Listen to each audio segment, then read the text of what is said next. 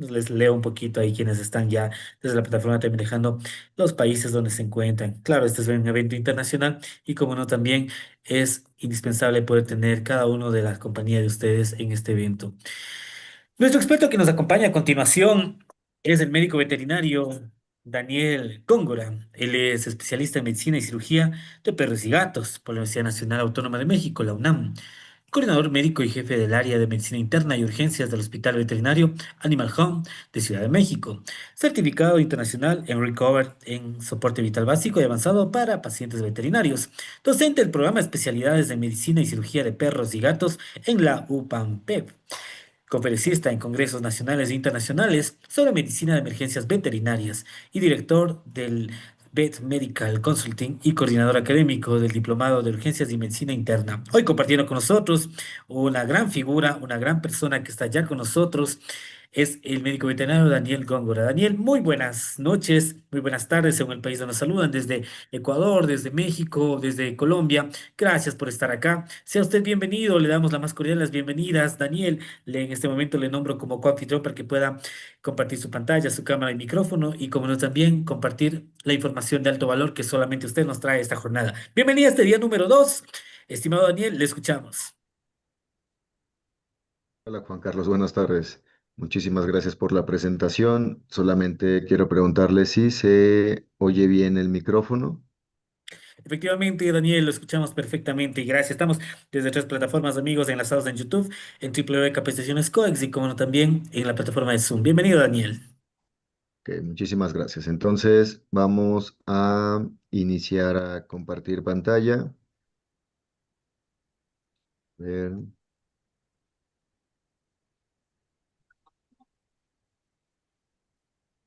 ok, listo, me presento. Soy Daniel Góngora, soy médico veterinario especialista y médico principalmente a medicina interna y medicina de urgencias. Muchísimas gracias a todos por su presencia en este congreso. Es la Es de los temas que más me gusta impartir debido a que, a pesar de que se vea muy básico, sigue siendo la principal herramienta que tenemos al momento de introducirnos a la medicina de emergencias. Básicamente lo que vamos a ver hoy es el triage, la evaluación primaria en emergencias en perros y gatos, y mucho de nuestra percepción de emergencias deriva en un adecuado triage y a partir de este, pues verificar cuál va a ser el manejo que vamos a realizar posteriormente con nuestros pacientes. Lo primero que tenemos que contemplar es que tendremos muchos pacientes en emergencia que van a acudir en una situación crítica, pero normalmente en muchas manifestaciones, dificultad respiratoria, traumatismo craneoencefálico, alteraciones del estado cardiovascular, y el objetivo en ese momento va a ser poder identificar qué condición pone en riesgo la vida de mi paciente lo más pronto posible. Y una realidad es que esto puede suceder con poca información debido a muchísimos factores, entre ellos el propietario en situación de crisis, que esperemos algún día podamos ver un poco de ese apartado de cómo manejar a los propietarios que vienen estresados. Entonces, con este objetivo claro, nosotros tenemos que determinar uno de los puntos importantes. ¿Qué es una emergencia y qué es una urgencia? Una emergencia se define como aquel problema médico quirúrgico que pone en riesgo la vida del paciente, un órgano y función, que requiere atención inmediata. Y una urgencia es muy similar, pero puede esperar más tiempo. Si yo lo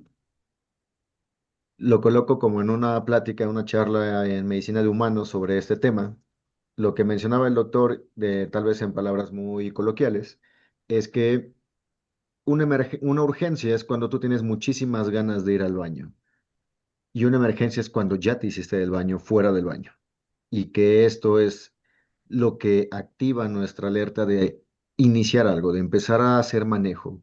Esa es la diferencia puntual. Si yo dejo una urgencia pasar mucho tiempo, eventualmente se va a convertir en una emergencia, pero una emergencia no puede esperar.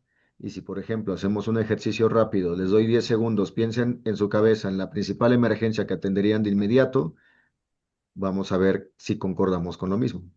Uno, dos, tres, cuatro, cinco, seis, siete, ocho, nueve, 10. Si su respuesta inmediata no fue un paro cardiorrespiratorio, no estamos entendiendo lo que es una emergencia, pero vamos a empezar a verlo. Cualquier otra situación, politraumatizados, eviscerados, que tengamos con hemotórax, contusión pulmonar, lo que ustedes quieran, va a depender mucho de la manifestación, pero principalmente en nuestra emergencia, por excelencia, va a ser un paciente con paro cardiorrespiratorio o paro respiratorio.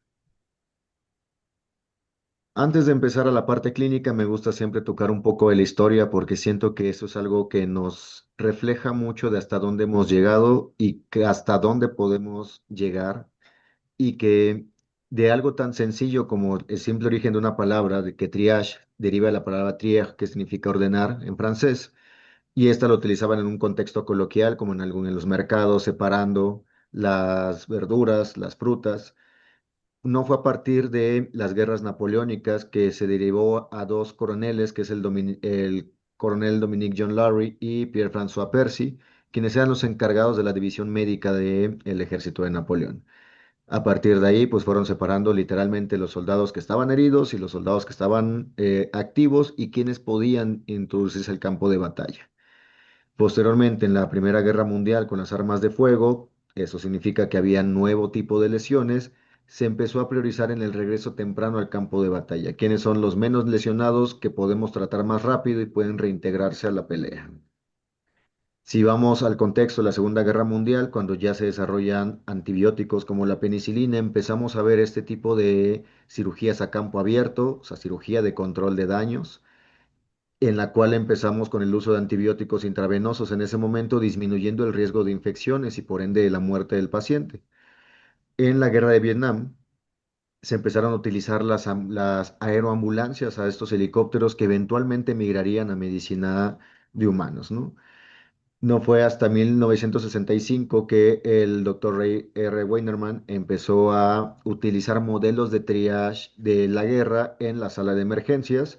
Se desarrollan clasificaciones de triage y 10 años después en el Hospital Box Hill de Australia se desarrolló otro sistema que inclusive sigue vigente, aunque ya se modificaron o más bien ya se unieron algunos criterios.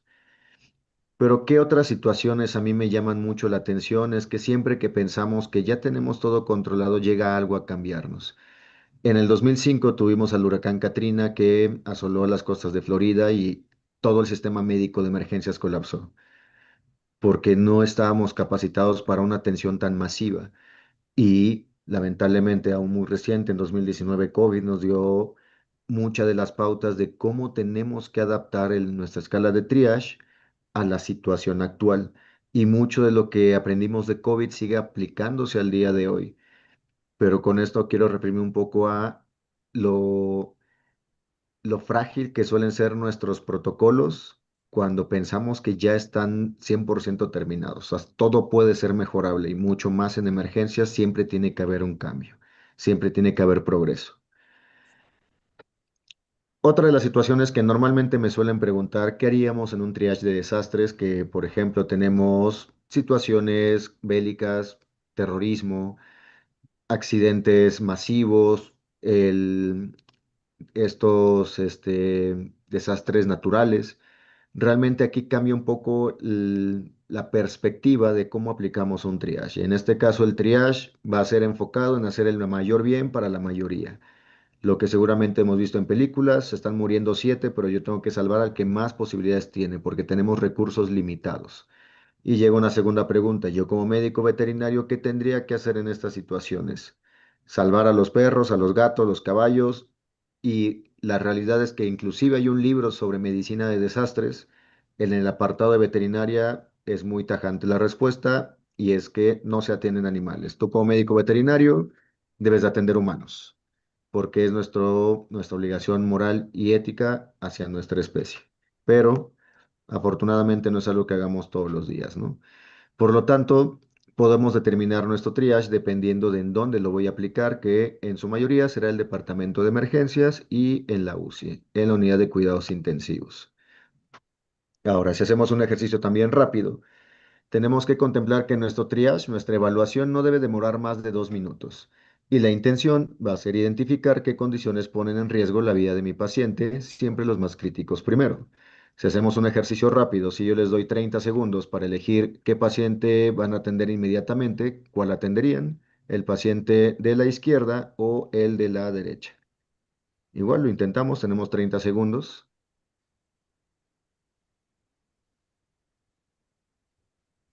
Ok, algunos por Zoom están participando.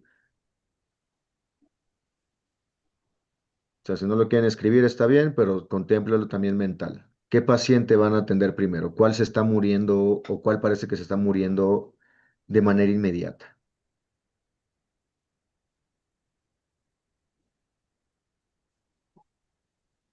Exacto. Atenderíamos normalmente primero al paciente de la izquierda, pero ahora la pregunta es ¿por qué? Igual 30 segundos. ¿Por qué este paciente requiere ingresar inmediatamente?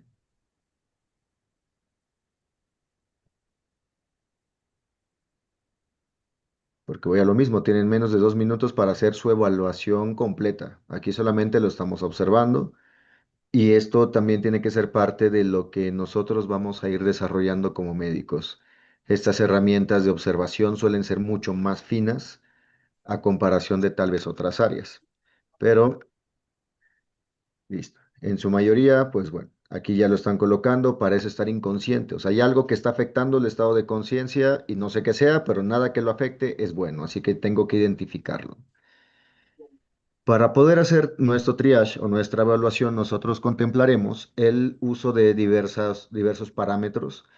Entre ellos, los actuales que se contemplan como mínimo es la presión arterial, frecuencia cardíaca, respiratoria, temperatura corporal, la saturación de oxígeno, que este empezó a añadirse más en protocolos de triage posterior a COVID, glucemia capilar, la escala modificada de Glasgow y la presencia de dolor, que este igual dependerá mucho qué escala utilicemos, pero es parte de nuestra valoración.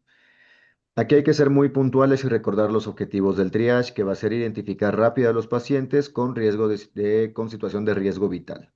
Asegurar reevaluación periódica de los pacientes. Esto suele ser cuando trabajamos en hospitales de altos volúmenes de pacientes y tenemos 20 pacientes a valorar. Si yo valoro a uno y no era una emergencia, pero lo descuido 3 o 4 horas, eventualmente se volverá una emergencia. Así que más que nada a eso se refiere este punto. Determinar el tipo de servicio que se necesita y el tiempo probable de espera. Y eso también es sumamente importante, más en nuestra actualidad en donde los tutores de nuestros pacientes son muy desesperados. Estamos en una etapa de la vida en estos momentos en lo que todo es inmediato, en lo que todo lo queremos rápido. Y hay que explicarles el por qué en ese momento la uña que está rota y que está sangrando no requiere atención inmediata, pero el paciente que acabo de recibir con el estómago de fuera, sí. Esto igual involucra mucho manejo de información y es parte de nuestro triage. Y algo sumamente importante es que no es objetivo del triage realizar diagnósticos, solamente priorizar. Sin embargo, con el tiempo ustedes ya podrán tener suficiente información con ese triage para poder plantearse diagnósticos diferenciales probables. Y esto nos ayuda mucho a poder platicar con los propietarios sobre lo que tendremos que hacer eventualmente. ¿Qué pasa con las estadísticas? Estas serán variables por zona geográfica, dependerán de si es un hospital o una clínica más pequeña, dependerán de la especie, pero en su mayoría los 4 puntos en donde solemos tener pacientes de emergencia son politraumatizados, intoxicados, descompensaciones de enfermedades crónicas o infecciones. Este suele ser nuestros principales motivos de consulta de emergencia, pero de nuevo dependerán de cada hospital. Hay que tener en cuenta que hay varios niveles de atención, tanto en humanos como en veterinaria. Vamos del nivel 1, que es un consultorio, a un nivel 4, que es un hospital de subespecialidades que tiene estudios directamente en el hospital, como tomografías, resonancias, endoscopías, que tienen especialistas y subespecialistas en la mayor parte del tiempo para atender cualquier caso de emergencias. O sea, es el hospital al que le referimos normalmente todos los casos y el nivel uno no es que no pueda recibir emergencias, los puede identificar, pero necesita dar manejo inicial y de ahí remitir. ¿Ok? Y esto ténganlo en cuenta porque es parte de uno de nuestros manejos de triage que veremos después. Técnicamente, el primer triage en humanos, si nosotros contemplamos esa situación, estamos teniendo en cuenta principalmente una ambulancia, ¿no? que esto depende de paramédicos, pero aquí el tema principal en veterinaria es que es difícil que siempre tengamos acceso a estos servicios. No hay una regulación, por ejemplo, en México que sea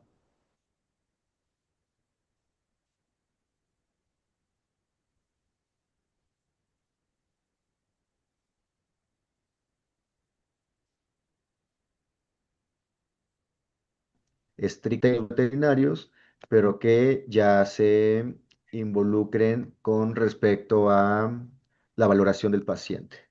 Sin embargo, también tenemos otra posibilidad como un primer triage. La inteligencia artificial está abarcando muchos ámbitos y entre ellos la parte de la medicina. Y hay aplicaciones desde hace tiempo como una llamada Symptomate que te indica a qué asocia tus síntomas y si hay alguna asociación que tenga una relación con un riesgo vital, te solicita acudir inmediatamente a hospitalización. Entonces, esto es algo que tendremos que confirmar. Deme un segundo.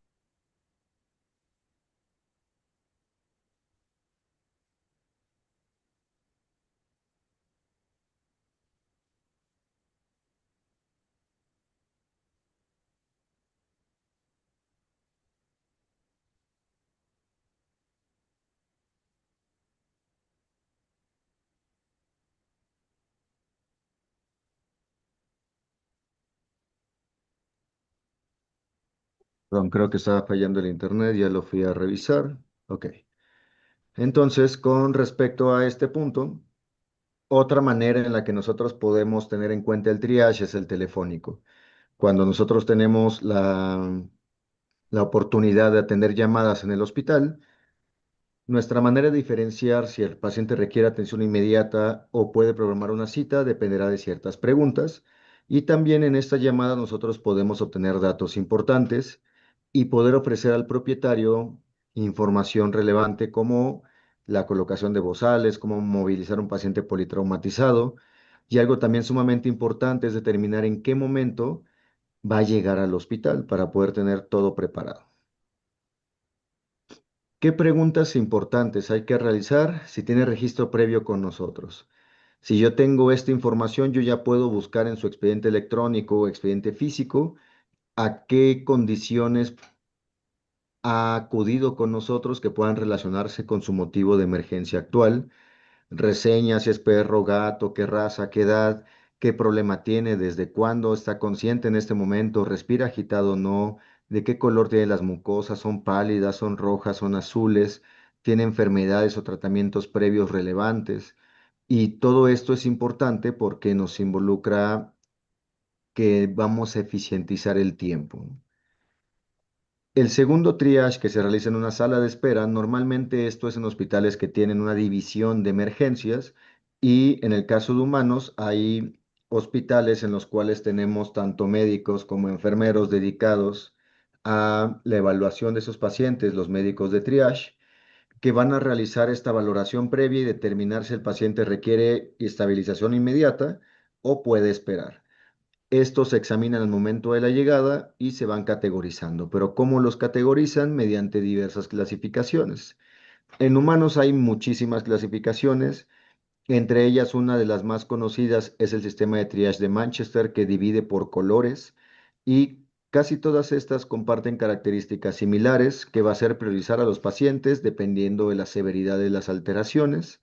Casi todos tienen 5 niveles, se especifica el tiempo máximo de espera y hay una subdivisión de pediátricos, que es lo más cercano a lo que nosotros tenemos en veterinaria de atención de nuestros pacientes, ya que dependemos de un tercero, de un tutor o un padre que nos pueda dar indicios o información previa del paciente, pero nos toca a nosotros obtener la información objetiva.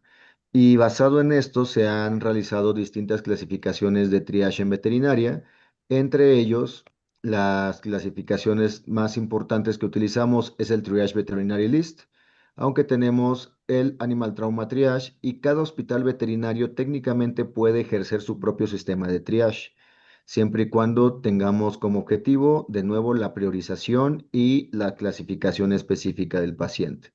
Por ejemplo, este es uno de algunos hospitales que tienen diversas de franquicias como el BCA, que no tiene 5 niveles, tiene tres, pero ellos lo colocan dependiendo de su casuística, de sus casos más comunes. Y estos, por ejemplo, están igual pensados como en humanos, en donde están expuestos en la sala de espera, para que cuando tú llegues veas qué cosas o qué situaciones ameritan atención de emergencia. O sea, si yo vengo, por ejemplo, con mi perro que tiene, no sé, se rasca, tiene condiciones en la piel y que le generan mucha comezón. Yo sé que no voy a pasar de manera inmediata, porque aquí me lo está diciendo, pero si llego con mi paciente que no puede orinar, pues aquí dice que necesita ingresar de inmediato y yo ya puedo priorizar como tutor sin conocimiento médico cuándo tengo que acudir. Normalmente utilizamos clasificaciones por tiempo y en este caso el Triage Veterinary List nos los da también por colores, en donde nuestras prioridades van a ser el rojo y el naranja, o sea, atenderlos en no más de 15 minutos. En algunas escalas se propone el código negro, que es cuando acude un paciente muerto, pero no muerto de un paro cardiorrespiratorio que aún podamos hacer algo, sino muerto en el caso de un paciente que ya tiene signos de rigor mortis, que tiene cambios de más de 20 a 25 minutos muerto, en los cuales las maniobras no van a ser eficientes. Y en algunos artículos se considera un código rosa, que es para pacientes internos que acuden a eutanasia, pero suele ser ya un poco más local el manejo. El Triage Veterinary List, básicamente lo que engloba son 8 puntos: el respiratorio, circulatorio, neurológico, gastrointestinal, obstétrico, urogenital, origen traumático y alteración sistémica. Y a grandes rasgos, esto es lo que nosotros vamos a contemplar como emergencias. Les señalé en negro las más importantes: un paciente que no respira y un paciente que no tiene latido cardíaco ni respira. De ahí en fuera sí tenemos otras situaciones que tenemos que evaluar inmediatamente. De aquí tengo que hacer un paréntesis. Los neonatos débiles que sospechemos de hipoglucemia, hipertermia o hipotermia también son emergencia. Cualquier cachorro, literalmente un neonato, 5 días que les digan está raro, pasa de emergencia.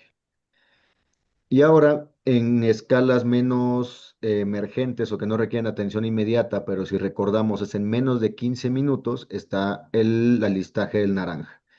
De aquí tal vez lo que quisiera puntualizar es en este apartado: probable ingestión de toxina. ¿Por qué en probable? A pesar de que el paciente clínicamente esté estable y que no haya ningún signo, si hay una probable intoxicación, inmediatamente debe de ingresarse, debido a que nuestras técnicas de descontaminación, que creo que ustedes tendrán una charla sobre intoxicaciones, seguramente ahí lo van a platicar. En este caso de ingestiones por toxinas, la descontaminación por inducción del vómito o lavado gástrico tiene que ser lo más pronto posible. Por eso, si yo este paciente lo veo bien y lo ingreso dentro de 2 horas, cuando ya tiene signos clínicos y ya no puedo hacer descontaminación, empeora el pronóstico. Por eso es muy importante esta situación. Ahora, tenemos también el ATT, que es el Animal Trauma Triage, que normalmente es más de hospitales de enseñanza porque es con base a puntajes, muy similar a lo que estamos viendo en este momento. Y la realidad es que yo no lo hago, por ejemplo, pero si tienen el personal suficiente, la intención es que ustedes puedan realizar esta puntuación y que con base en esta puntuación puedan también emitir información que se envía al VetCot, que es el organismo que nos rige en medicina veterinaria sobre pacientes politraumatizados. Pero la realidad no es algo que hagamos de manera rutinaria. Ahora, ¿en dónde está lo importante? En este tercer triage que va a ser en consulta, en donde tendremos esta evaluación rápida del paciente para contestar la pregunta de qué pone en riesgo su vida.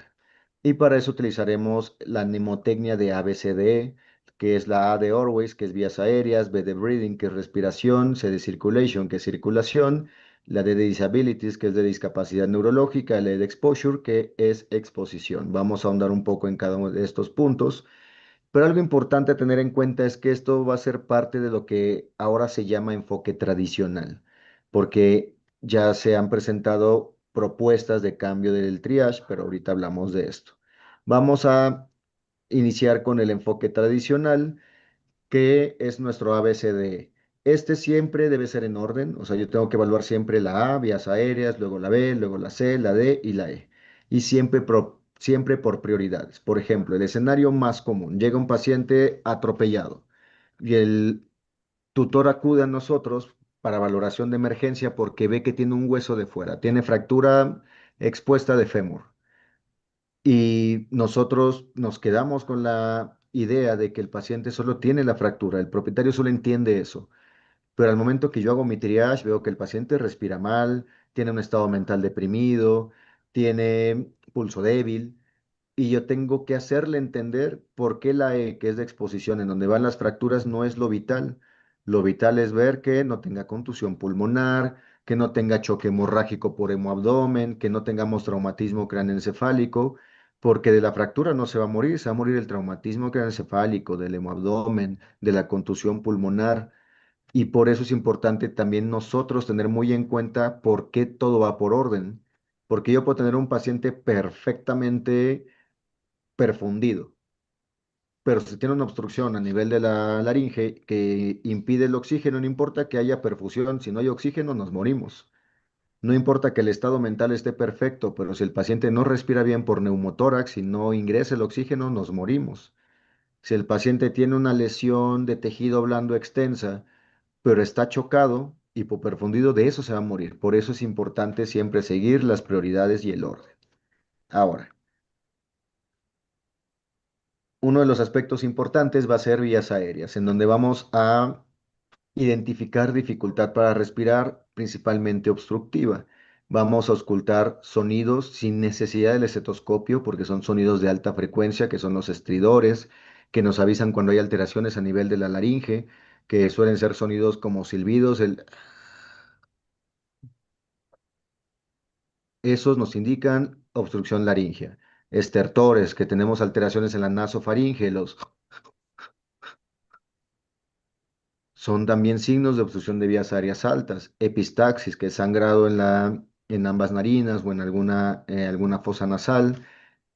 Y lesiones faciales o cervicales que impidan la adecuada ventilación es lo que nosotros vamos a priorizar. Y normalmente la presencia o la aparición de esos pacientes suele ser así: patrones obstructivos, de normalmente estertores en pacientes con síndrome braquicefálico, estridores en pacientes con parálisis laringea o tumores laringeos,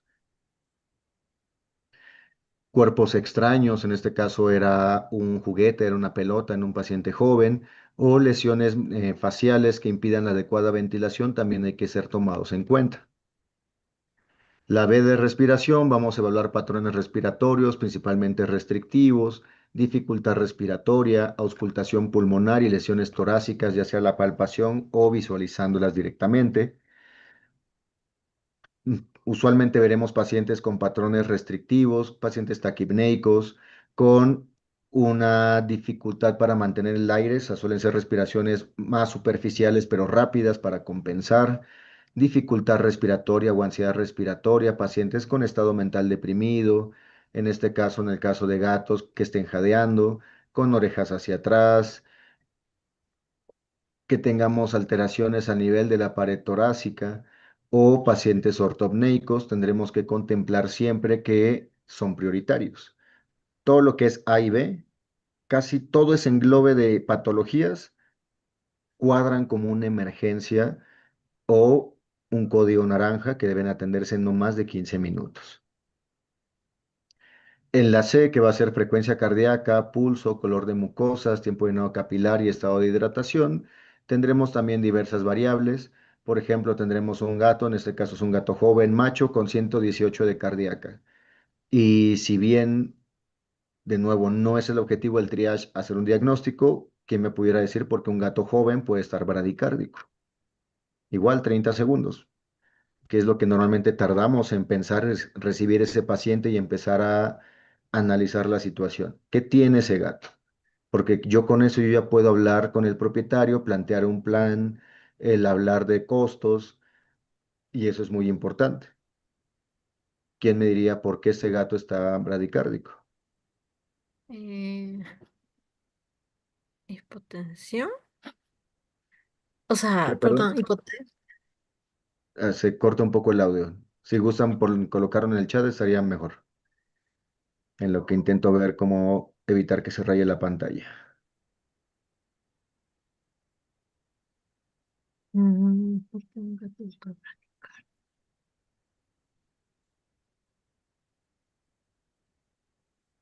Listo. No, ninguna de esas. Por ejemplo, ahí una principal causa es obstrucción urinaria, porque genera ¿Qué? hipercalemia y la hipercalemia genera bloqueos. Por eso un gato puede estar bradicárdico. Obviamente sí pueden haber muchas mayores alteraciones, hipotermia de cualquier índole, deshidratación o hipoperfusión, pero a eso me refiero con la habilidad clínica y empezar a ir vinculando ciertas cosas. Pero de nuevo, no es el objetivo del triage. Podemos tener pacientes con arritmias, pacientes con cambios en coloración de mucosas, pálidos, ictéricos, que estén hipotensos, con cambios en parámetros de perfusión, que estén sumamente deshidratados cuando tenemos, por ejemplo, este retraso en la turgencia de la piel.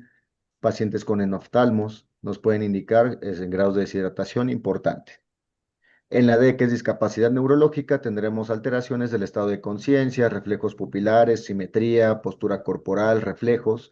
Y aquí viene algo sumamente importante que es el dolor. El dolor siempre tiene que ser prioritario de identificar en los pacientes en general, pero más en los pacientes críticos, porque podemos llegar a tener descompensaciones por un mal manejo del dolor. Cambios del estado mental, podemos tener pacientes muy débiles hasta llegar a pacientes estuporosos. A este pobrecito lo habían aplastado de la cabeza, inclusive se ve aquí la simetría del cráneo. Pacientes, por ejemplo, cachorros que están muy débiles, que son pacientes infecciosos o con enfermedades que inducen hipoglucemia. Asimetría pupilar, que tendremos anisocoria, donde tenemos miosis y midriasis, normalmente no responsivos a la luz en un principio.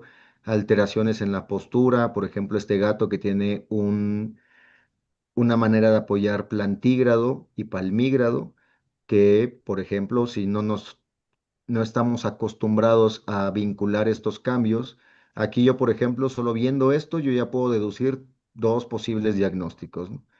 Polimiopatía hipocalémica, porque es enfermo renal crónico, porque aquí, si lo ven bien, tenemos hasta las costillas marcadas. O sea, me habla de una baja condición corporal, pelo hirsuto, seguramente una enfermedad crónica. Y la otra, ¿cuál va a ser? Polimiopatía diabética, que es una de las causas más comunes en pacientes, en gatitos de mediana edad a geriátricos. Y ya con eso yo puedo solicitar estudios más específicos. Pero, de nuevo, no es el objetivo del triage. El manejo del olor también es sumamente importante debido a que no solamente se trata del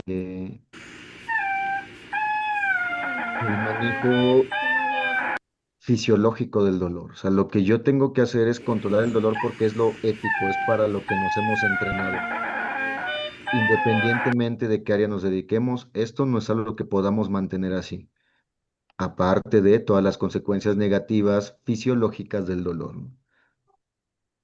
Con respecto a la exposición, tenemos la verificación de la temperatura, lesiones oftálmicas, cutáneas, musculoesqueléticas, fracturas o exposición de órganos cavitarios, que normalmente no va a ser por sí solo una causa de emergencia, pero suelen estar acompañadas de otra alteración que están generando problemas. Pero puedo tener, por ejemplo, heridas que se han complicado, pacientes con fiebre, alteraciones en el tejido mucocutáneo, como por ejemplo angioedema por anafilaxia, pero por sí solos no deberían de generar un problema. Pero si yo tengo este perro con estos cambios y está chocado por choque anafiláctico, ahí sí es importante identificar esto que se ve a primera instancia, pero relacionarlo con los otros puntos anteriores. Pacientes eviscerados o con proptosis también son pacientes que yo tengo que contemplar que tuvieron un daño aparte. O sea, para que algo haya podido sacar el ojo y traumatizarlo de ese tipo, de esa magnitud, yo tengo que contemplar que el otro órgano cercano, que es el cerebro, se puede ver comprometido. Si el paciente tiene exposición de órganos cavitarios, yo ya tengo que contemplar que ya tenemos contaminación en la cavidad, ya sea torácica o sea abdominal, y eso puede comprometer más la situación. Ahora, tenemos un nuevo enfoque llamado enfoque flexible que está basado en signos clínicos y con base en eso el manejo inicial. Realmente yo no comparto mucho de este enfoque, principalmente porque no, no es algo que apliquemos tan fácilmente en un hospital privado o en un hospital de enseñanza. Suele ser más bien enfocado a consultorios en donde no tenemos la posibilidad de tener equipos básicos de diagnóstico ni manejo que involucre remitir. No es que esté mal, pero usualmente yo no lo utilizo tanto y que al final es lo mismo que haríamos haciendo un buen triage, identificando rápido las alteraciones y dándoles manejo. Pero vamos a ver, por ejemplo, en ese sentido a qué se refiere. Aquí estos tipos de triage ya tienen aproximadamente 2 años, entonces ya llevan un tiempo aplicándose. Habrá ver si habrá que verificar si tenemos alguna otra actualización, pero en este caso, aquí los autores proponen un modelo más flexible y centrado en el problema predominante que nos va a ayudar a decidir qué estabilizar primero, disminuir manipulación, iniciar tratamientos empíricos seguros y optimizar el tiempo de estabilización. Pero realmente yo lo veo muy similar a un triage normal. ¿Qué signos van a ser los que van a tal vez cambiar de lugar nuestro ABCDE? Dificultad respiratoria, colapso, sangrado, convulsiones, signos de choque, arritmias, dolor, tromboembolismo arterial, anafilaxia, sepsis o golpe de calor. Que en lo particular a mí me parece más complicado que una persona se aprenda mínimo 10 signos anormales básicos, aprenderse sus 5 ABCD y de ahí derivar diagnósticos diferenciales, pero dependerá de cómo lo manejen. En el caso de dificultad respiratoria, pues es minimizar manipulación, ofrecer oxígeno, identificar el sitio donde hay esa dificultad, si es vías aéreas altas o bajas, manejo de ansiolíticos, de el uso de algunos fármacos como furosemidas si sospechamos de edema pulmonar cardiogénico. En las convulsiones, detener primero las convulsiones, hay protocolos para ello, benzodiazepinas primero, si no funciona levetiracetam, si no funciona propofol, pentobarbital, buscar causas intracranianas, traumatismo craneoencefálico, tumores o extracranianas como hipoglucemia, fiebre, hipertermia, no remitir sin estabilización inicial, colapso, diferenciar colapso, que el paciente esté muy débil de un síncope que ya involucra pérdida de conciencia, buscar causas como choque, arritmias, que tengamos tamponada cardíaca, hemorragia, sepsis, anafilaxia, golpe de calor, que al final todos estos puntos, de nuevo, no creo que estén mal, pero siento que el abordaje es un poco más enredado. Y al final esta charla pues solamente se enfoca a triage, pero aquí también nos va a ir vinculando algunos otros estudios como ultrasonido, uso de electrocardiograma para poder identificar ciertas alteraciones, pero bueno, o sea, de aquí la realidad es que no ahondo mucho porque si no la clase se dispara muchísimo en contenido. Técnicamente, ¿qué sigue después de mi triage? Elaborar un plan de emergencia, determinar quién va a hacer cada cosa, organización, la oxigenoterapia, terapia de líquidos, y a buscar estudios diagnósticos específicos, qué medicaciones requiere de inmediato, monitorización y qué va a hacer cada quien. Eso es lo más importante en urgencias. Lo más importante en emergencias, más que el conocimiento, en este punto yo creo que es la organización, porque lamentablemente en emergencias no importa qué tan bueno seas tú, si no tienes un equipo en el que puedas confiar, realmente no hay una posibilidad de sacar adelante un paciente, porque dependes de muchas personas. Por eso, para mí, uno de los puntos muy importantes va a ser organización. Otro punto sumamente importante es el oxígeno. El oxígeno siempre va a ser bueno. No hay ninguna patología crítica que no se beneficie de oxígeno.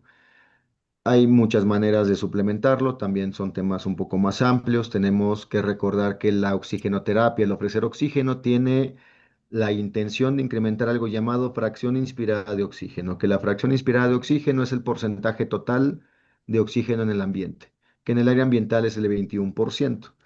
Pero la idea es que con métodos invasivos o no invasivos, en su mayoría en el primer paso del paciente crítico van a ser no invasivos, mascarillas por flujo en una jaula de oxígeno, va a ser incrementar esta fracción inspirada.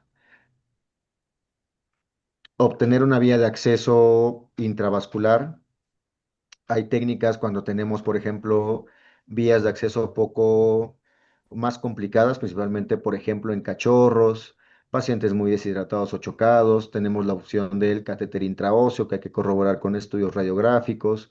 Podemos contemplar la venodisección, que es algo que en ocasiones también quitamos de lado. Esto solamente es en pacientes que no podamos canalizar de manera inmediata o que sepamos que no lo vamos a poder hacer, ya sea por el estado de volemia, por el tamaño o porque ya lo intentamos canalizar en 3 ocasiones y no fue posible. En este caso, en este video está la venodisección. Realizamos un corte perpendicular a la vena con el estilete de un catéter y colocamos el catéter de manera similar a una canalización convencional. Simplemente lo que vamos a hacer es ver directamente la vena y pues nosotros ya tenemos esta vía de acceso.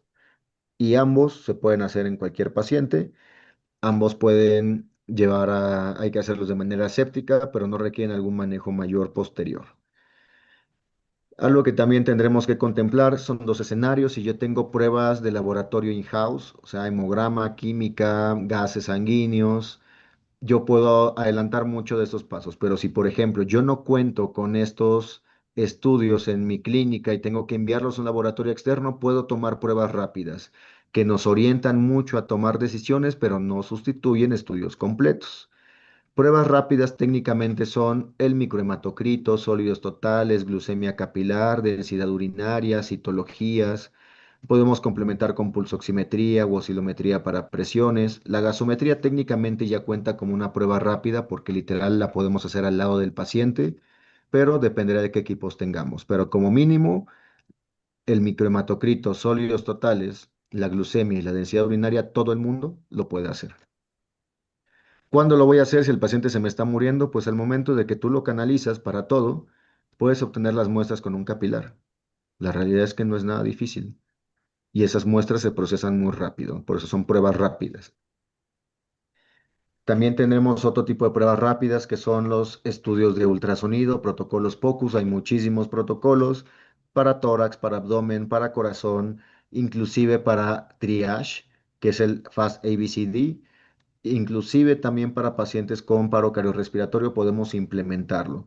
La implementación de varios protocolos se denominan Global Fast y, por ejemplo, si yo tengo un paciente con derrame abdominal, con alteraciones pulmonares que indican líquido, yo tengo que contemplar siempre puncionar los líquidos libres de abdomen o tórax para obtener información, porque ese líquido puede ser cualquier cosa, pero si yo tengo un paciente recién caído que tiene líquido libre en el abdomen y punciono y es sangre, yo ya diagnostiqué hemoabdomen o hemotórax y ya puedo seguir con el manejo posterior. Hay una segunda valoración para pacientes politraumatizados que se llama por las siglas o el acrónimo a Crash Plan, en el cual valoramos como una segunda revisión. Es un segundo checklist para lo que tal vez yo dejé pasar o no observé durante el triage, porque tal vez el paciente llegó con contusión pulmonar severa o neumotórax, hicimos el manejo, toracocentesis y ya está más estable, pero más estable no significa ya está bien. O sea, yo tengo que recapitular qué es lo que posiblemente pasé por alto y de nuevo valoramos vías aéreas, circulación, respiración, abdomen, columna, cabeza, pelvis, miembros, arterias y nervios para verificar daños posteriores, aunque usualmente de nuevo esto más basado en politraumatizados.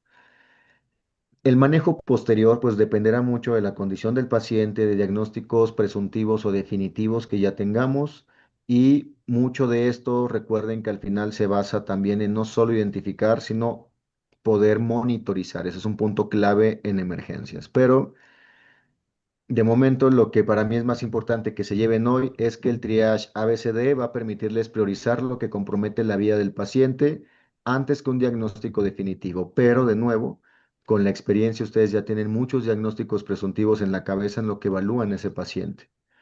Esta evaluación inicial debe ser rápida, sistemática y repetitiva, porque el paciente se puede descompensar en minutos.